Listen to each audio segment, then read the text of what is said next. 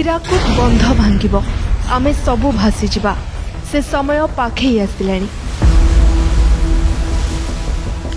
ମାଳିକାର ସବୁ କଥା ଯେମିତି ଗୋଟି ଗୋଟି କରି ସତ ହେଉଛି, ଠିକ୍ ସେମିତି ଏହି କଥାଟି ମଧ୍ୟ ସତ ହେବ। ଏକଥା ଆମେ କହୁନୁ, ବରଂ ମାଳିକାରେ ଲେଖା ହୋଇଛି। ତେବେ ମାଳିକାକୁ ନେଇ ଦୁଇଜଣ ବ୍ୟକ୍ତି ଟୁପୁର ଟାପୁର ହେଉଥାନ୍ତି।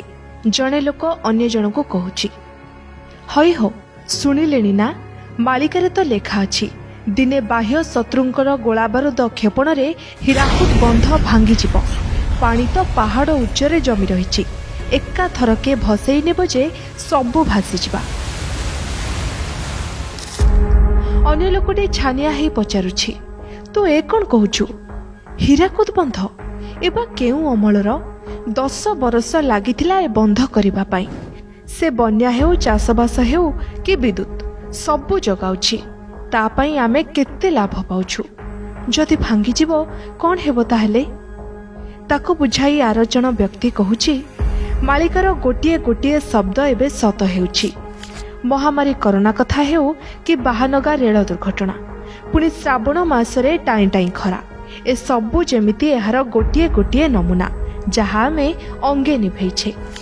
ଠିକ୍ ସେମିତି ପଣ୍ଡିତ ଅଚ୍ୟୁତାନନ୍ଦ ମାଳିକାରେ ଲେଖିଛନ୍ତି, 2026 ବେଳକୁ ଭାଙ୍ଗିଯିବ ଓଡ଼ିଶାର ସବୁଠୁ ବଡ଼ ହୀରାକୁଦ ବନ୍ଧ। ବନ୍ୟା ଆସିବ, ଓଡ଼ିଶାର ଘୋର କ୍ଷୟକ୍ଷତି ହେବ। ହେଲେ ଚିତଳ ମାଛର ଅସ୍ଥିରେ ତିଆରି ହେବ ହୀରାକୁଦ ବନ୍ଧ, ଯାହା ଯୁଗ ଯୁଗ ଧରି ରହିବ। ଯଦି ମାଳିକା କଥାକୁ ଆହୁରି ବିଚାରକୁ ନିଆଯାଏ, ତାହେଲେ ଆପଣଙ୍କ ହୋସ୍ ଉଡ଼ିଯିବ। କୁଆଡ଼େ କିଛି ବର୍ଷରେ ମହୋଦଧି ମାଡ଼ି ଆସିବ, ସମୁଦ୍ରରେ ଲୀନ ହୋଇଯିବ ଆମ ଦେଶ। ଦର୍ଶକ ବନ୍ଧୁ, ଏସବୁ ଶୁଣିଲେ ଆପଣ ଭାବୁଥିବେ, ଚିତଳ ମାଛ, ଏ ମାଛର ନାଁ ଗାଁ କେହି ଜାଣିନାହାନ୍ତି, ଏହା ପୁଣି କେଉଁଠି ମିଳେ? ପ୍ରକୃତରେ ବାଂଲାଦେଶ ଉପକୂଳରେ ଦେଖାଯାଆନ୍ତି ଏହି ଚିତଳ ମାଛ, ଯାହାକୁ ନିଜ ବହିରେ ଉଲ୍ଲେଖ କରିଛନ୍ତି ଅଚ୍ୟୁତାନନ୍ଦ ଦାସ। ତେବେ ବାଂଲାଦେଶ ଓଡ଼ିଶାର ସବୁଠାରୁ ନିକଟତର, ଉଭୟ ବଙ୍ଗୋପସାଗର କୂଳରେ ଅବସ୍ଥିତ। ଅର୍ଥାତ୍ ଚିତଳ ମାଛ ସେଠାରୁ ଓଡ଼ିଶା ଉପକୂଳକୁ ଆସିବାକୁ ବେଶୀ ସମୟ ଲାଗିବନି।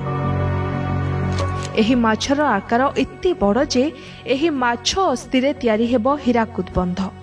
ବନ୍ଧ ଭାଙ୍ଗିଯିବା ପରେ ମରାମତି ପାଇଁ ବାଲି ସିମେଣ୍ଟ କିଛି କାମରେ ଆସିବନି। ମାଛ ଅସ୍ଥିରେ ହିଁ ବନ୍ଧର କାମ ସରିଯିବ। ଏହି କଥା ଶୁଣି ଅନ୍ୟ ଲୋକଟି କହୁଛି, ଆଚ୍ଛା କଥା ତ, ପ୍ରଳୟ ଜଳରେ ତ ପୁଣି ମାର୍କଣ୍ଡ ଋଷି ଭାସି ଯାଉଥିଲେ, ତାଙ୍କୁ ତ ପୁଣି ପ୍ରଭୁ ରକ୍ଷା କରିଥିଲେ। ସେଇମିତି ପାଣି ଆସୁ କ'ଣ ହୋଇଯିବ, ପ୍ରଭୁ ଯାହାଙ୍କୁ ଉଦ୍ଧାର ରଖିନେବାର କଥା ତାକୁ ରଖିନେବେ। ହେଲେ ମାଳିକା କଥା ଯଦି ବିଚାରକୁ ନିଆଯାଏ, ତେବେ ଏହି ବନ୍ଧ ଭାଙ୍ଗିଲେ କ'ଣ ଯେ ହେବ ତାର କଳନା ନାହିଁ। ସେମିତି ଆଗକୁ ଆଉ କ'ଣ କ'ଣ ହେବ ତାହା କହିସାରିଛି ମାଳିକା।